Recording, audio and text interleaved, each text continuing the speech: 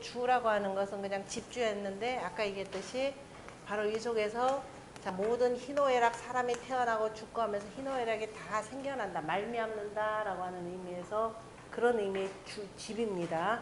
그죠? 거기 있는 뜻은 실제적으로 통하는 게 거의 없어요. 우리말로 표현할 것만큼 어렵습니다. 그러면 자 이제 집에 대해서 동양이 이렇게 나왔으니까 이왕이면 공부해야 되겠죠.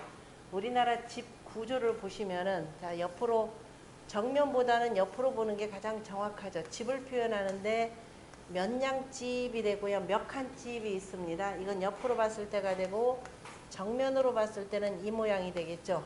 이 모양이 되고 만약에 하나, 둘, 기둥이 하나, 둘, 셋, 네 개가 있으면은 기둥과 기둥 사이를 기본적으로 한 칸이라 그러죠. 칸. 한자로는 간, 우리말로는 칸 사이. 한 칸, 두 칸, 세 칸 집입니다. 세 칸 집이 되고 그 다음에 그러니까 정면 세 칸. 그 다음에 만약에 측면이 만약에 이렇게 해서 두 칸이다 그러면 측면 두 칸은 드물죠.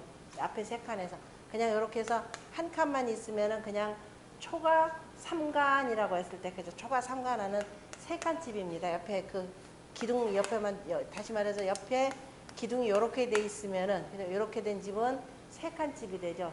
흔히 얘기하는 제일 가난한 집. 제일 가난한 집 뭐냐? 서쪽으로 뭐가 있어요? 부엌이 있고 가운데가 서쪽으로 부엌이 있고 가운데가 마루가 되고 저쪽 그 북쪽 이거 우리 정남향집이니까 남향집을 기준으로 해서 보면은 서쪽이 부엌 맞죠. 그 다음에 맨 끝이 뭐냐면 뒷방이 됩니다. 가난한 집 여기다가 겨울에 고구마도 저장하고 창고로도 쓰이죠. 그리고 겨울에 무슨 뭐 가마니도 짜고 하는 제일 가난한 집의 전형적인 모습입니다. 앞에 뭐 이제 기둥이 하나 둘 이렇게 두 개가 더 있으면 하나 둘 셋 넷 다섯 여섯 개가 있으면은 몇 칸집? 5칸집. 그리고 옆에가 이렇게 기둥 하나가 더 있으면은 정면 5칸 그죠? 정면 5칸 측면 어떻게 돼요? 2칸. 그래서 도합 5이 10칸집. 이건 굉장히 큰 집이죠. 굉장히 큰 집. 그런데 우리가 이제 옛날에 99칸 집이라고 할 때 난 도대체 99칸 집이 어떻게 되나. 이 집이 하나가 99칸이 아니라 뭐 12칸 집 몇 개가 전부 다 모여가지고 그게 99칸이 된다라는 겁니다. 자, 그 임금은 조선시대는 철저하게 그 규제를 하죠. 임금 빼놓고는 100칸 넘을 수가 없습니다. 만약에 100칸을 넘는 집을 지었다. 저런 죽일 놈에서 처벌받아요. 그게 임상옥 나오는 상도에 그게 나오죠. 상도에. 아무리 부자라 해도 100칸을 넘게 지으면 이거는 걸리게 돼 있습니다.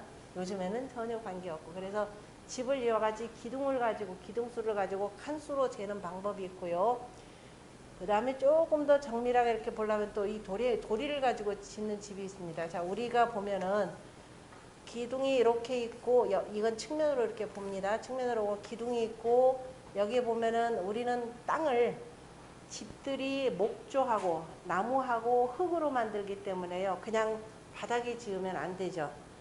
현대 건축물들은 서양 건축물들은 돌로 짓기 때문에 땅바닥부터 이렇게 올라와요. 우리는 그렇게 안 하고 철저하게 뭐가 되면 집이 대가 있죠. 흙을 다져서 이렇게 높입니다. 아무리 초가상칸 집이라도요. 토방이 있죠. 한 칸 정도는 올라가기 얕게 있습니다. 이거를 뭐라고 하는 그래서 이 집이다 그럴 때 집을 뭐라냐면 집당자죠. 집당자에 보면 흑토자가 이렇게 써 있습니다. 다시 말해서 상자, 우러를 쌍자에다가요. 그러니까 우러를 쌍자 저 위로 봤더니 반짝반짝 빛나는 해가 있더라라는 겁니다. 그죠? 집이 이렇게 높이 있으니까 흙이 높으로 있으니까 우러러 보죠. 사람이 높이 이렇게 보니까 그래서 집 당자가 되고요. 여기서 뭐가 나오면 당당하다 할 때 이 글자 씁니다. 제가 이걸 강조하는 게 전에 어떤 저기 지역 신문에서 대법 한자 뭐 안다고 어떻게 제법 쓴다고 당당하다 뭐 하면서 집단에 멋지게 이렇게 썼더라고요. 당당하다. 이건 마땅하다, 마땅할 당자인데 이 마땅할 당자는 뭐가 마땅하겠어요? 이거 마땅할 당자 뭐가 마땅한 거죠? 밑에다 보면 우러를 쌍자에다가 그죠? 뭘 우러른다죠? 요거죠? 전 있는 건 바로 뭐라 그랬어요? 정전법. 정전법에 의해서 몇 분지 몇 세? 10분지 1세. 이게 마땅하다. 이게 이거예요. 당당하다. 이거 마땅하다는. 글자답게 이쁘게 하려면 자, 이렇게 쓰죠. 응당 마땅하다라고 하는 건 정전법 제도를 기본으로 해서 10분지 1세가 마땅하다 이거예요. 그 이상 넘어가면 그거는 뭐다? 이건 포악한 정치가 됩니다. 유학경전에서 논어에서도 그렇고 맹자에서도 다루는 가장 기본이요. 이거 이상 넘으면 특히 맹자가 강조 많이 하죠. 왜냐면은 춘추시대까지만 하더라도 그래도 공자가 계시고 할 때는 노나라도 세금 올리는 일이 있으면 공자한테 언뜻 떠봐요. 왜냐면 10분지 1세가 넘어가면 이거 잘못했다고 굉장히 나무라거든요. 왜냐면은 백성들이 견디기가 힘듭니다. 그래서 그런 포악한 정치, 폭군 정치 포악하다라고 하는 것은 결국 세금 많이 걷는 정치거든요. 그게 10분지 1세를 넘으면 안 돼요. 그러니까 아까 정전법 방식이 돼야 되는데 전국시대 들어오면서 이거 10분지 2, 그 다음에 또 개인계열로 또 별도로 또 별하별 세금 다 붙이는 것이죠. 마땅하다라고 하는 것은 바로 정전법에 의해서 10분지 1세가 가장 마땅하다 이겁니다. 그렇죠? 그 다음에 집은 당당하다는 바로 이거. 그래서 당당하다는 이거고 당당하다 이걸로 쓰면 안 됩니다. 당당하다는 우러러 볼 만큼 높다 이런 뜻이에요. 이거 정확하게 보셔야 되고, 그래서 우리가 집이다 그러면은 우리가 옛날에 보면은 너는 커서 나라에 뭐가 되라 그랬어요? 너는 커서 나라에 동량이 되라. 저는 이게 참 멋진 말인 줄 알고 열심히 외웠는데 나중에 제가 공부를 해놓고 보니까 정말 나쁜 놈들이다. 잘못 가르쳤다 이 소리예요. 왜냐? 세상에 너는 뭐냐면 나라의 초석이 되라 그래야 되겠죠. 초석이 되라. 이게 더 훨씬 좋은 말이에요. 동량이 되라는 게 얼마나 나쁜 얘기인지. 손에 때 하나 안 묻히고 그저 뭐 하나 안 묻히고 위에서 대접만 받는 이런 사람 되라 이 소리인데요.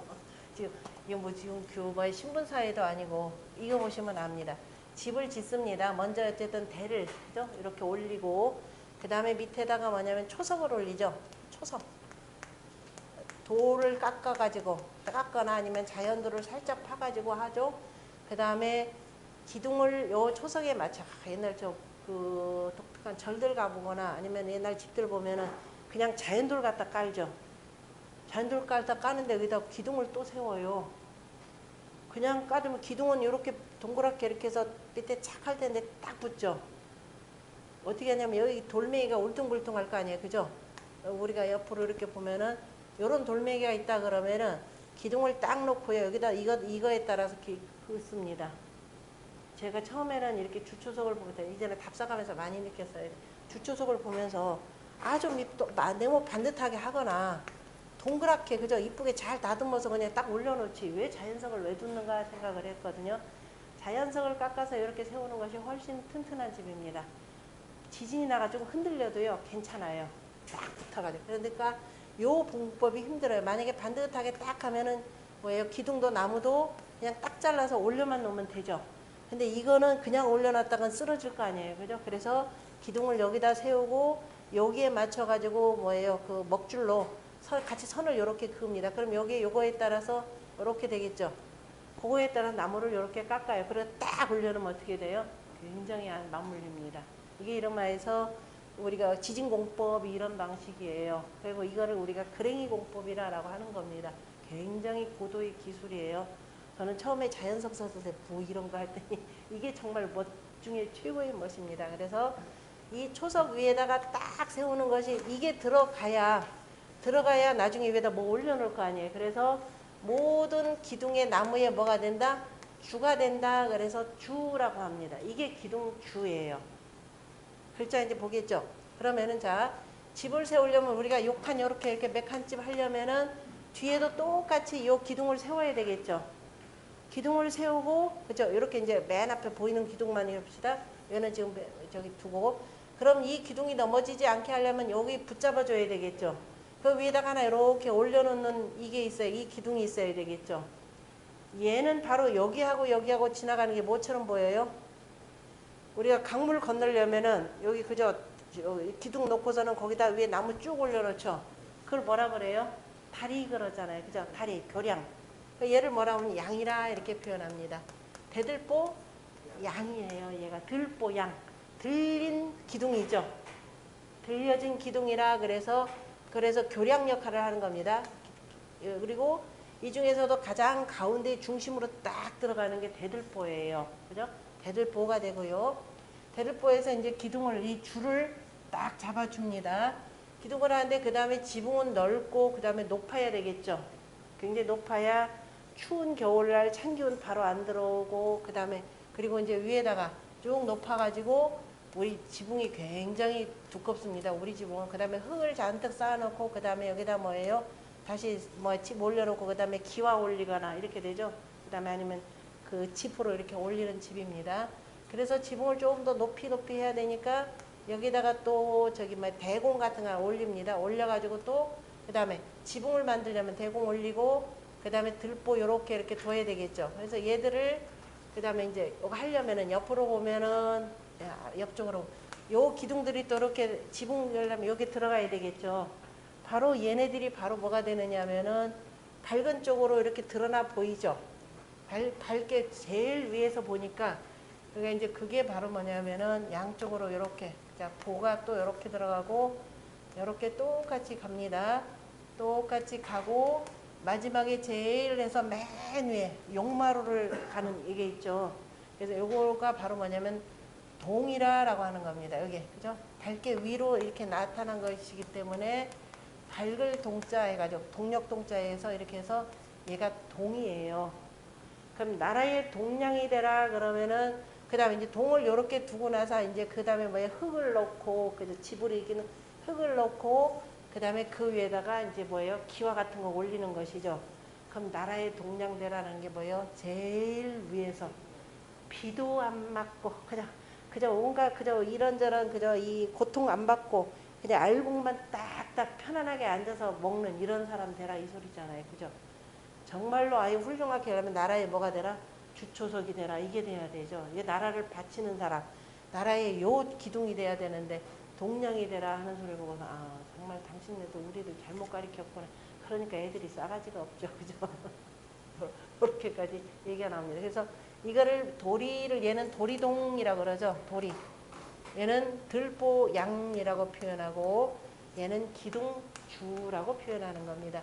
맨 위에는 무슨 돌이냐? 마루가 되죠. 마루돌이가 됩니다. 그래서 종돌이라고 표현하는 거예요. 종돌이.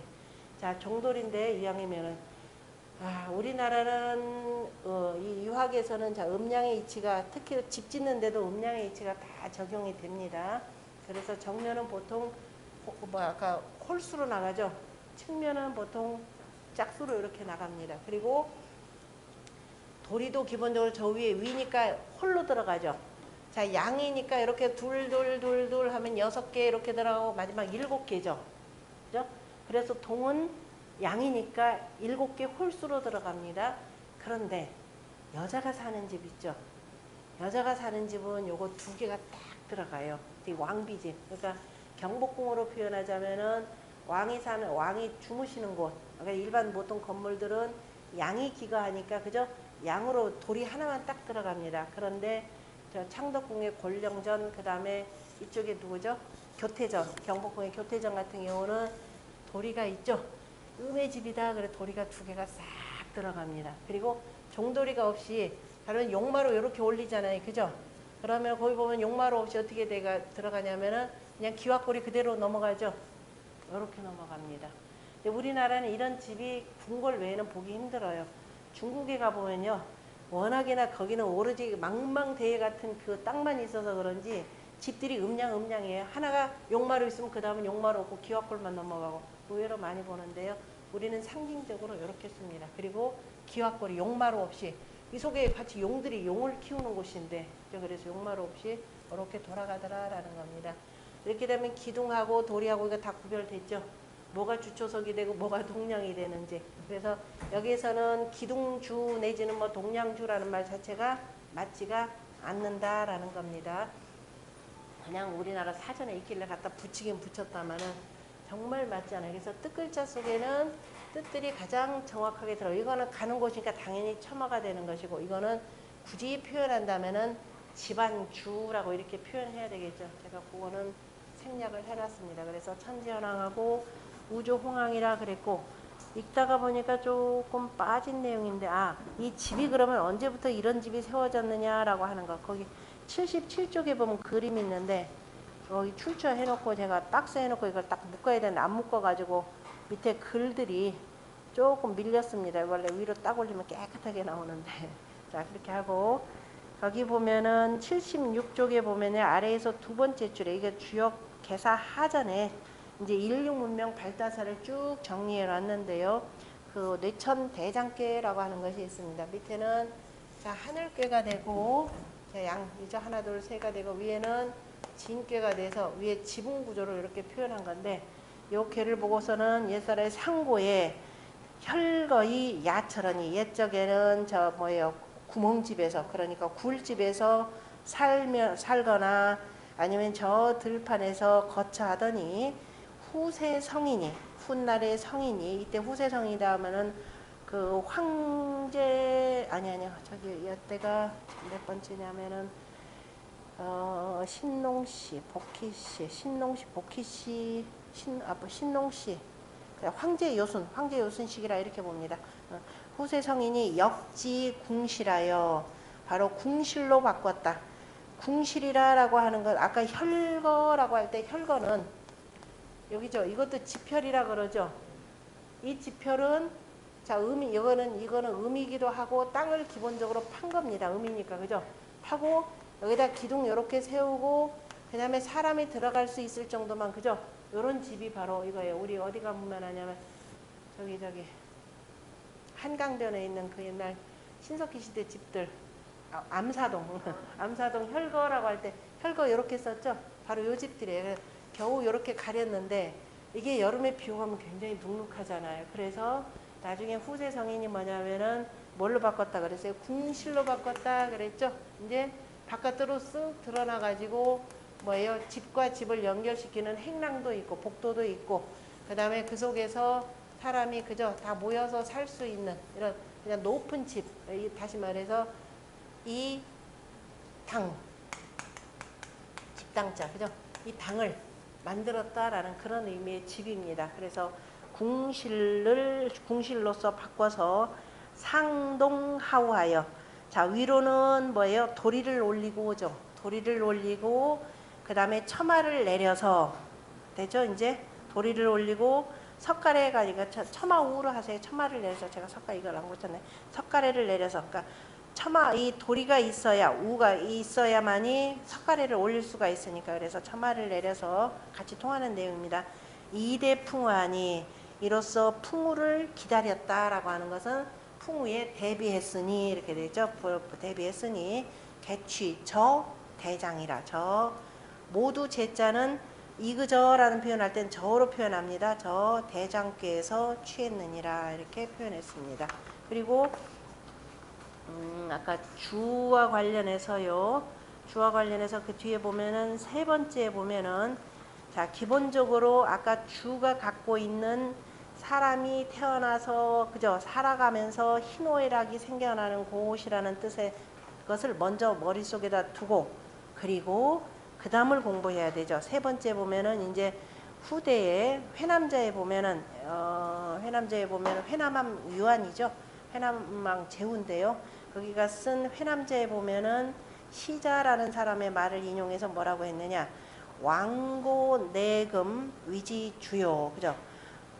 예로부터 그죠? 가고 다시 말해서 가고 오는 것. 그다음에 옛 것은 가고 그다음에 지금 오는 것을 위지 주라. 그러니까 옛날은 가고 지금이 오는 것. 그러니까 과거 현재 시간이 흘러가는 그 공간이 바로 뭐예요?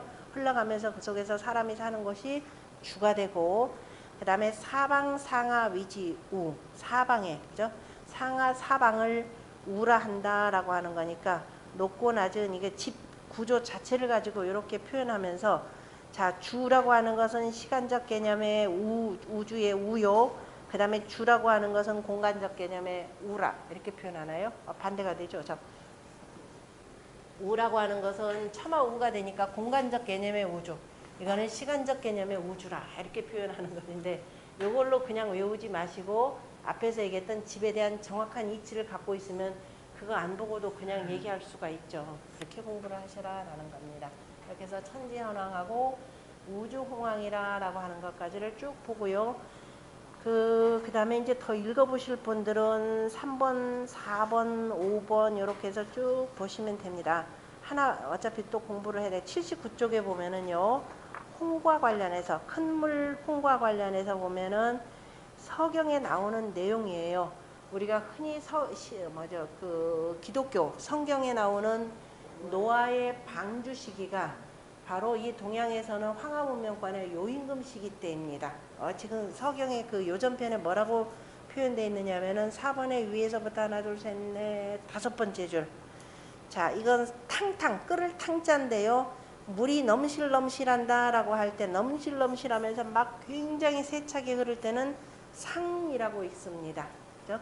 상상홍수, 그냥 세차게 넘실거리는 홍수가 방할하여 사방으로 할이다 그러면 벤다 그랬으니까 사방으로 그 다음에 해쳐서 이렇게 됩니다. 벨할 자를 그냥 해친다라는 뜻으로 했죠. 사방으로 사방팔방을 두루두루 다 해치면서 그러니까 민가 다 덮치고 뭐 가축 덮치고 뭐야 농사 다 완전히 망가뜨리면서 탕탕회상 양능하여 탕탕이 그냥 물이 질펀하게 그죠? 그 탕탕 막 휩쓸듯 바로 산을 했다니까 산을 품었다니까 산을 덮치고 산을 삼키고 양능 넘을 양자죠. 구릉을 넘으면서 구릉이라면 제법 높은 산들 제법 이제 조금 이 높은 산조차도 다 넘어가면서 물이 호호 도호천일세 호호한 넘실넘실거리면서 저 산까지 이르려고 한다라고 이렇게 표현했습니다. 산이란다 하늘이죠. 하늘까지 질펀하다 하니까 마치 하늘에 아래에서 보면은 그죠? 저 막 산을 넘어가는 모습이 마치 하늘하고 닿는 모습처럼 이렇게 어마어마한 홍수가 지는 겁니다. 그래서 홍수가 이렇게 지기 때문에 하민 기자하니 아래 백성들이 이에 그 탄식을 하나니 아이고 이를 어쩔고 하면서 탄식하나니 유능이여든 자 능한 자가 있으면 그러니까 요임금이 지금 조회를 하면서 아주 긴급 조회죠. 긴급 조회를 하면서 지금 신하들에게 하는 얘기가 있습니다. 저 홍수를 다스릴 능한 자가 있거든 비예하리라 하여금 다스리게 하도록 하겠노라. 다스릴 예자죠. 아까 예자 있어도 다스릴 예자 하여금 비자에다. 그래서 내가 그를 지금 뭐예요? 이 재난본부 총본부장을 그저 맡게 해가지고 홍수를 다스리도록 하겠노라 라고 하면서 곤이라고 하는 처음에 우리의 아버지를 그 자리에다 임명을 했었죠. 그런데 요임금이 아니라 곤은 왜냐하면 이 대홍수 치수 사업을 하려면은 온 천하가 지금 다 물에 잠겼으니까 지금 백성들이 자기 목숨도 간당간당 하단 말이에요. 그런데 이 백성들을 어차피 불러가지고 치수 사업을 해야 되잖아요. 그러면 그만큼 신망도 있어야 되고 지도력도 있어야 되고 무조건 폭압적으로 해서 이렇게 한다고 해서 다스려질 일이 아니죠. 어차피 잘못되면 죽을 텐데 그런데 내가 죽더라도 내 가족만이라도 건사하면 괜찮다라는 마음으로 적극적으로 참여하게 만들어야 되죠. 그러면 그만한 인품이 있어야 됩니다. 그런데 그는 아니라 그랬는데 그런데 지금 이 사람 외에는 달리 없습니다 라고 해서 제법 뭐 제방 기술이나 좀 있었던가 봐요. 그래서 곤을 임명을 했는데 아이고 맨날 제방만 써요. 물막이 공사만. 그 물막이 공사하면 어떻게 돼요? 오히려 더 큰 물 져가지고 다 떠내려가죠. 한번 우리가 저쪽이 어디냐 강화도 쪽 가는데 거기 강화대교 한번 세우는 대교가 아니라 그 무슨 대교죠? 저 지금 일산 쪽하고 한번 큰 다리 하나 세웠죠. 그때 현대건설인가가 맡았을 겁니다. 처음에는 무조건 막 흙 쏟아 부어요. 흙 쏟았는데 갑자기 홍수가 나니까 어떻게 비가 어마어마하게 오면서 다 휩쓸려 내려갔습니다. 그죠? 막으면은 오히려 더 큰 화가 되는데 어쨌든 몇 차례 해가지고 그때 우리 뭐 그렇게 큰 홍수가 아니었으니까 1차적으로 흙을 막 쏟아붓습니다. 그리고 난 뒤에 거기다가 기둥도 두고 하는 것인데요. 그거는 그냥 무조건 제방만 쌓아요. 그런데 비가 조금만 왔다면 제방까지 무너져가지고 그 피해가 더 극심했습니다. 근데 옛날엔 일을 한번 시키면은 보통 3년은 해야 되죠. 왜냐하면 처음에 실패할 게는 당연히 있으니까 3년까지 시켰는데 3세판 시킵니다. 철저하게 실패했죠. 아들이 바로 우가 있습니다. 아버지를 보니까 해가 보니까 가만히 보니까 그렇게 큰 물 져가지고 있더라도 조금 비가 소강 상태가 있으면 분명히 물은 내려가죠. 이걸 봤죠. 물이 사방팔방으로 내려가는 게 아니라 다 일정한 한 방향으로 내려가는 걸 보면서 물은 어떠다? 아래로 흐른다. 이걸 보는 거죠. 그래서 나중에 이제 주역의 괴에서 북방수가 제일 아래로 내려오는 것인데 그게 이제 이 주역의 괴하고 굉장히 관계가 깊은데요. 그래서 우가 이걸 보고 아버지는 어린 놈이 뭘 한다고 시비냐 해가면서 그랬겠죠. 천하를 돌면서 계속 요 작업만 하니까. 그러다가 결국은 책임 물어가지고 어떻게 되느냐. 귀양 가서 죽을 극자를 씁니다. 어쨌든 귀양을 보내고 죽을 때까지 못 돌아온다 이렇게 되어 있습니다. 예전에 요 임금 만약에 아니었고 다른 임금 같으면은 뭐예요? 온 삼족을 멸하게 되죠. 이른바 연좌제를 적용하는데 요 임금 때문에 연좌제 적용이 안 돼요. 연좌제는 굉장히 그 나쁜 법이다 그래서 연좌제를 폐지한 때입니다. 기가 막히게 임금들 잘 만난 때죠. 그래서 우를 등용을 하죠. 아, 아버지가 이런 일이 있었고 우가 설명을 했겠죠. 제가 보니까는 막는 것이 능사가 아니라 물은 밑으로 내려간다. 그래서 오히려 밑으로 내려갈 수 있도록 물꼬를 터줘야 되는 거죠. 그래서 계속 물꼬를 트면서 기본적으로 농사 지을 수 있도록 어떻게 돼? 밭 고랑부터 시작해서 밑으로 해서 쭉 해서 바다로 흘러가게끔 전부 다 만든 겁니다. 그래서 오행 치수법이 여기서 나와요. 우리가 오행의 생의 이치가 있지만 생이극이 있지만 극이 생하는 이치가 바로 우에 의해서 나오고 낙서 구궁술이라고 하는 거 자꾸 용어는 알아두세요. 후천팔계 방위도가 바로 여기에서 나오게 됩니다. 이때부터는 글자가 있었기 때문에 낙서라고 표현하죠. 선천팔계는 하도라고 해서 그래서 도서라고 하는 것이 나오기도 합니다. 그 내용을 담은 게 요거예요. 제가 그래서 황하문명권의 농경문화의 지도자는 배 만들어서 방주 만들어서 떠났다 그러면 어떻게 된다?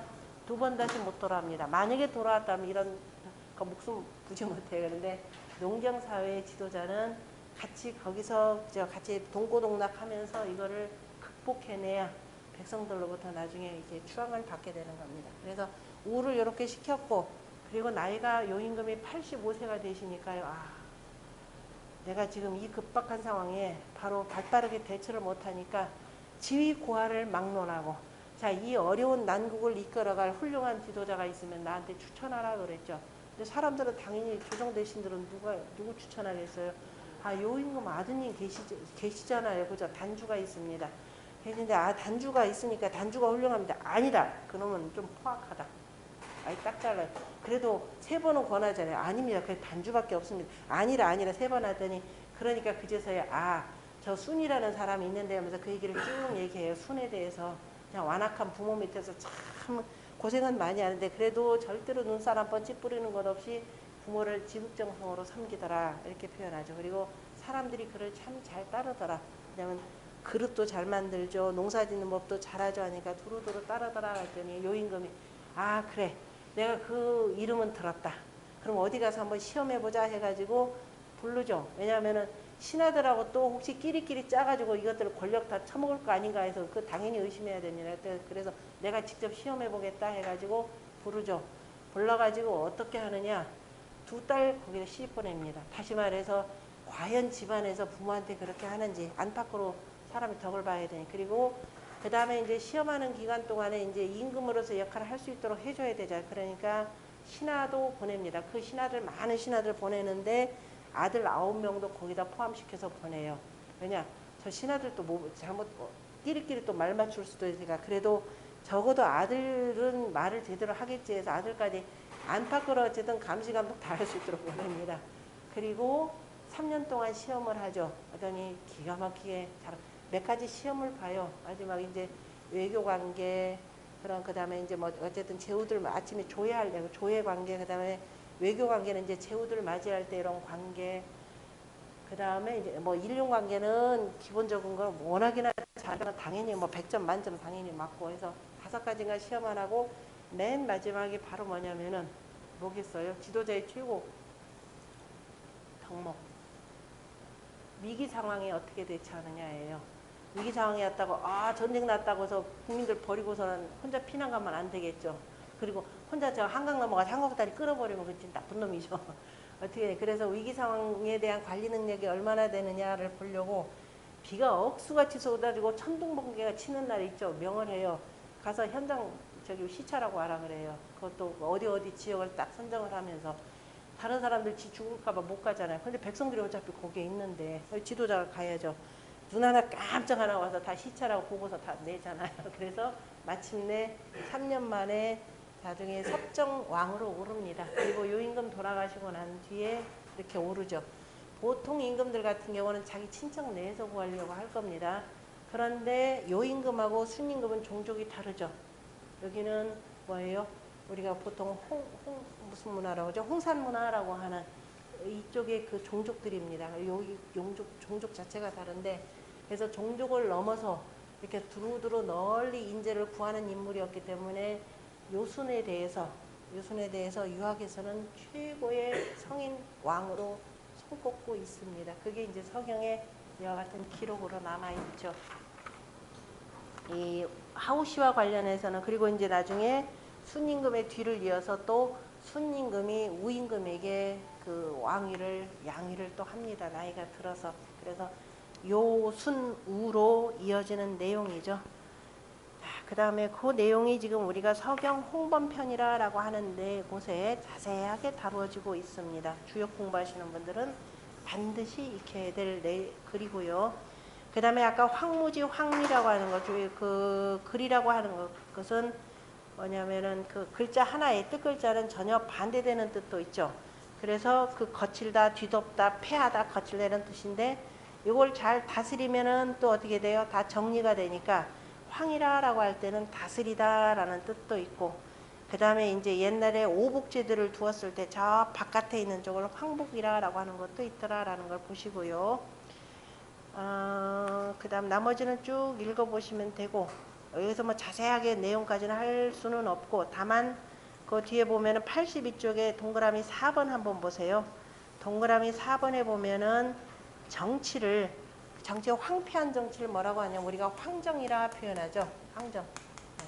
황정이라 표현하는데요. 이걸 맹자가 아주 잘 표현하고 있습니다. 그 양해왕편에 나오는 내용인데요. 지금 그 제후들이 하는 꼬락서니를 보니까 유련 황망이라 이렇게 표현했습니다.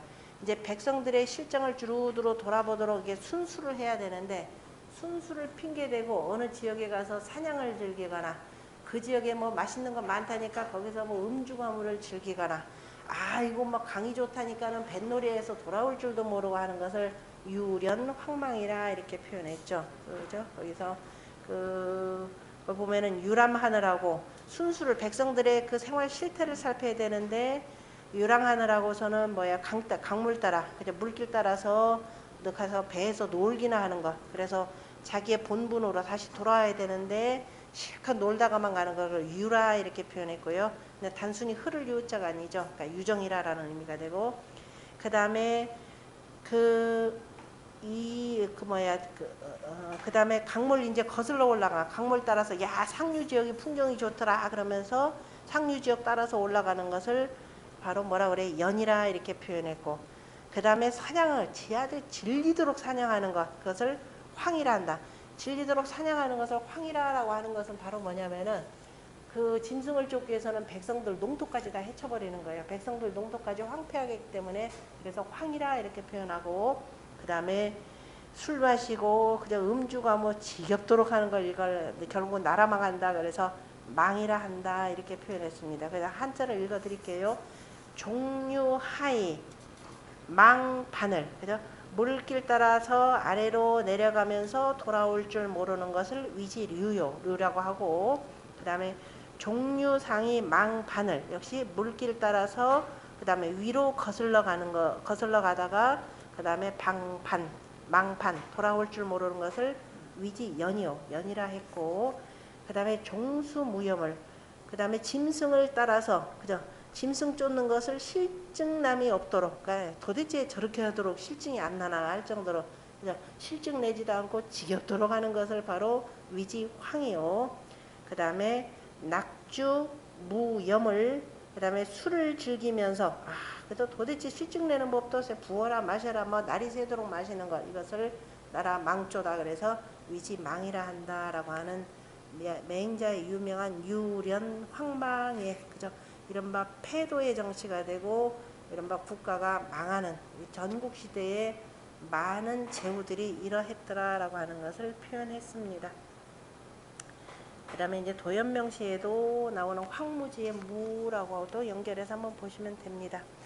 나머지는 쭉 공부하시면 되고요. 자, 그 다음에 이제 이 장이죠. 1월 영측하고 진수열장이라 그래서 천지환왕하고 우주홍황에서 기승전결로 나오죠. 그래서 황과 장이 이응운으로 떨어지고요.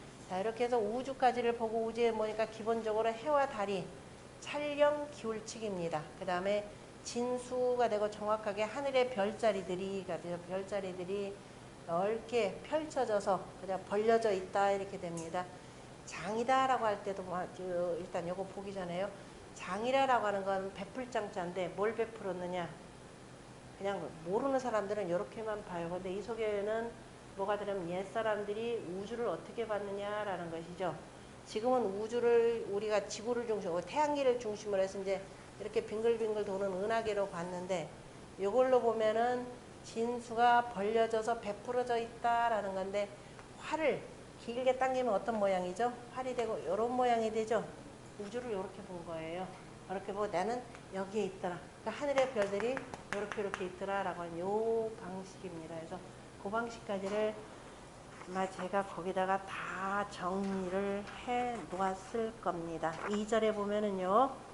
쭉 보면은 그 별에 대해서는 지금 83쪽에 보면은 1월 영측하고 진수열장이라고 하는 하늘에 그 무수히 많은 별들을요 동서남북으로 두었고, 지금 이거는 현암사에서 나온 건데 현대의 그 젊은이들이 천문학을 공부하면서도 한자가 어렵고 또 건다나 일반인들한테 그 보여주려고 하다 보니까 각항저방 신미기 두녀 위실벽에 위가 있고요. 자, 북현무 밑으로 보면은 거기다 위험위라고 썼죠. 그 다음에 정기류성 규류유묘 필자삼에서 서백호 하는데 보면은 거기다 밥통위라고 돼 있을 겁니다. 이런 식으로 썼는데 아마 주역 공부하시는 분들 주역책에서는 그거 정확하게 위에다 한자로 제가 다 입혀놨어요. 26쪽에 보면은 하도와 사상위수 해가지고 있으니까 그거 참조해서 보시면 될 겁니다. 자, 이렇게 해서 하늘의 별자리를 아주 간결하게 8글자로 압축해 놓은 내용입니다. 그 1월 영측이라고 하는 말도요. 어디서 나오느냐면은 그 주역에서 나오는 글입니다. 주역에서 나오는 글인데요. 84쪽 한번 볼까요?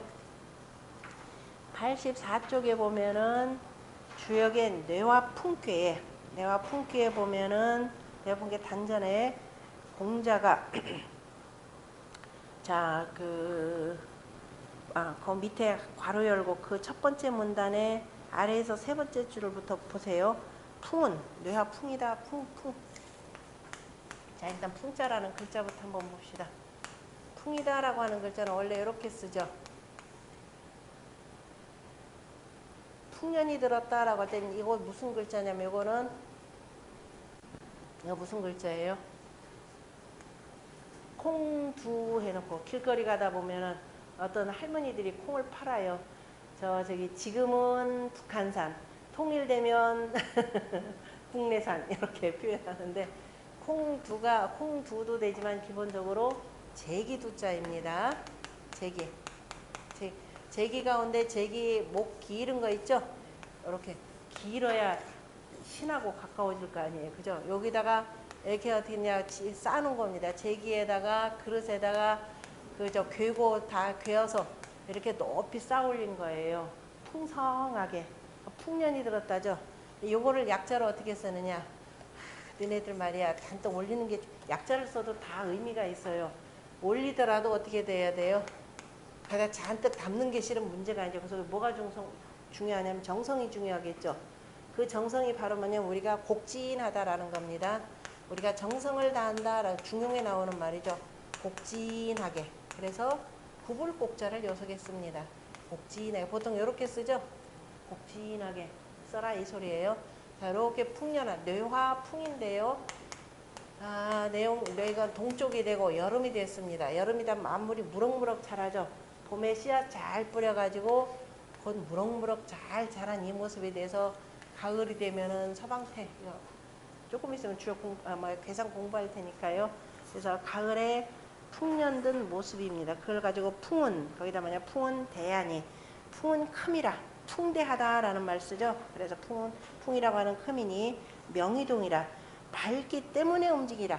밑에가 불괴가 되니까 불괴는 우리 저기 태극기에 있으니까 불괴 밝기 때문에 밝으니까 우리가 움직여 나갈 수가 있죠. 밑에서부터 읽어야 되니까. 그래서 밝기 때문에 움직이느니라. 고로 풍이니 그래서 이것을 풍괴라 풍이라 하니 왕격지는 거짓 가짜를요 이르다라는 뜻으로 읽을 때는 이를 격자입니다.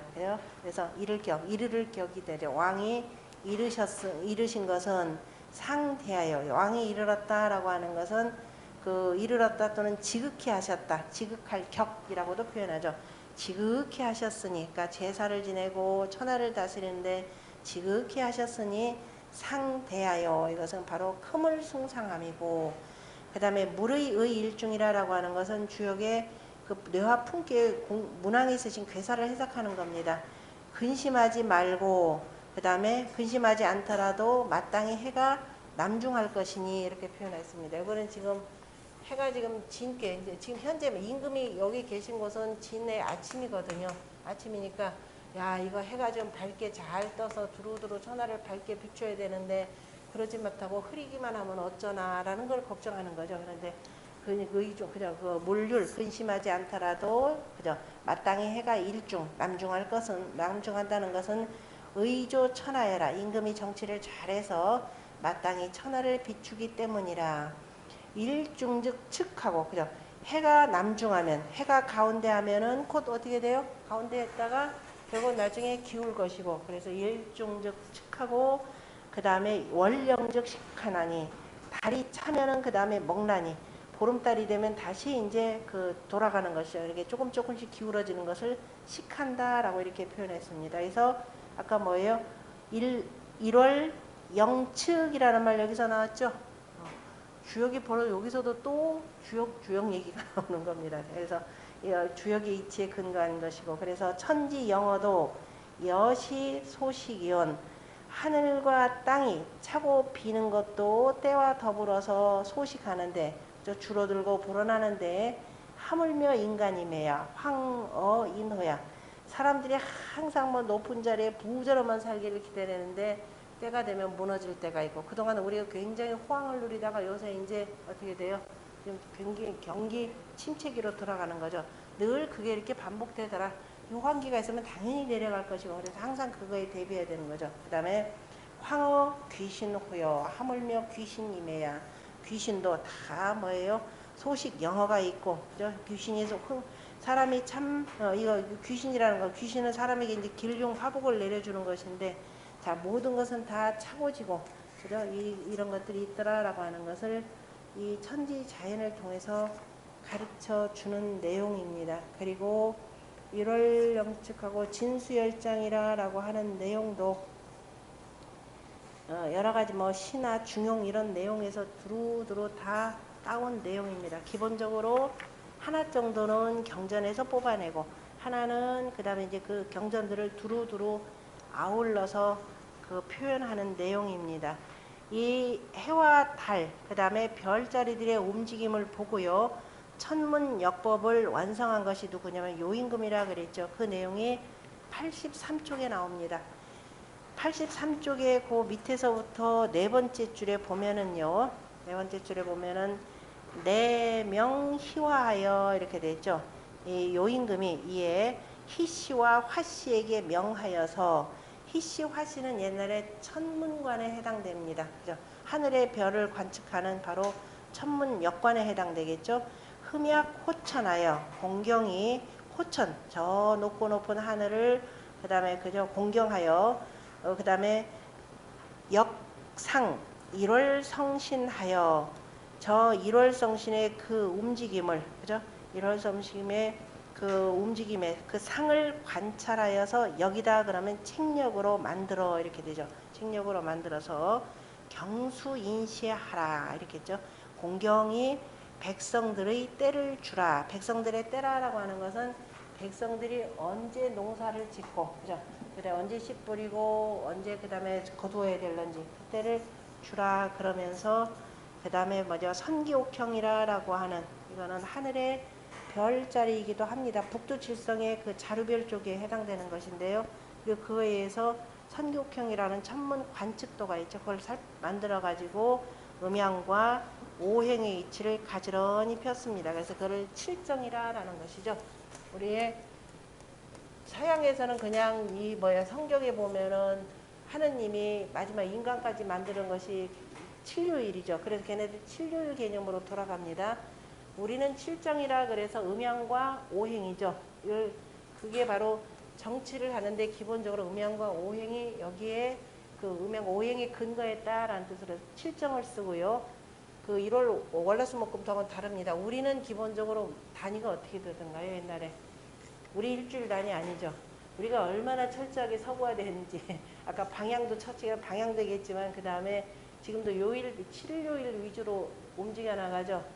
하느님이 뭐요 인간을 만들기까지 여기까지 마침내 완성하신 기간으로 하는데 우리는 천간으로 따지면 10으로 따지죠. 아니면은 10이나 그죠? 이런 단위 아니면 한 달 개념이나 이렇게 움직이는데 7일 개면 철저하게 우리가 서구적 방식으로 교회 가야 되겠죠. 그러면 일요일 어쨌든 이러더라. 아마 절에서 행사하는 거 보면 아실 거예요. 절에서는 아마 보통 10일 단위로 하시나요? 절에 다니시는 분 아시죠? 제가 얼핏 보니까 10일 단위로 이렇게 움직이는 거죠. 그죠?